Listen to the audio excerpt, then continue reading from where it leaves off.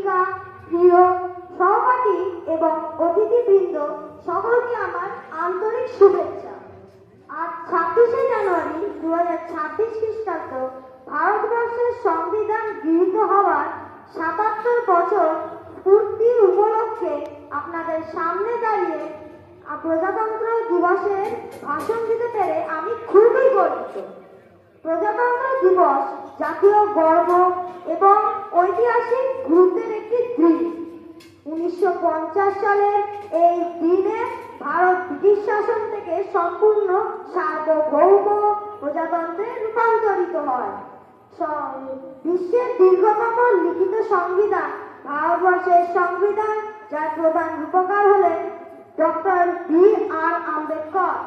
এই সংবিধান আমাদের প্রত্যেককে মৌলিক অধিকার প্রদান করে এবং নিশ্চিত করে যে জাতি, ধর্ম, বর্ণ নির্বিশেষে প্রতিটি নাগরিকের অধিকার সমান।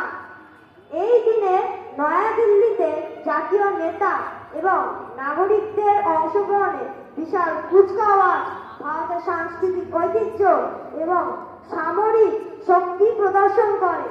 সারা ভারতবর্ষে এই দিনটি অত্যন্ত গৌরব ও উদ্দীপনার সাথে পালিত হয়।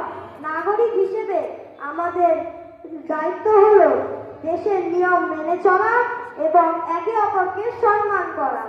আসুন আমরা সবাই মিলে প্রতিজ্ঞা করি যে আমরা আমাদের ভারতবর্ষকে আরো সুন্দর ও শক্তিশালী গড়ে তুলব। পরিশেষে জানাই ভারত মাতা কি জয়, বন্দে মাতরম। নমস্কার।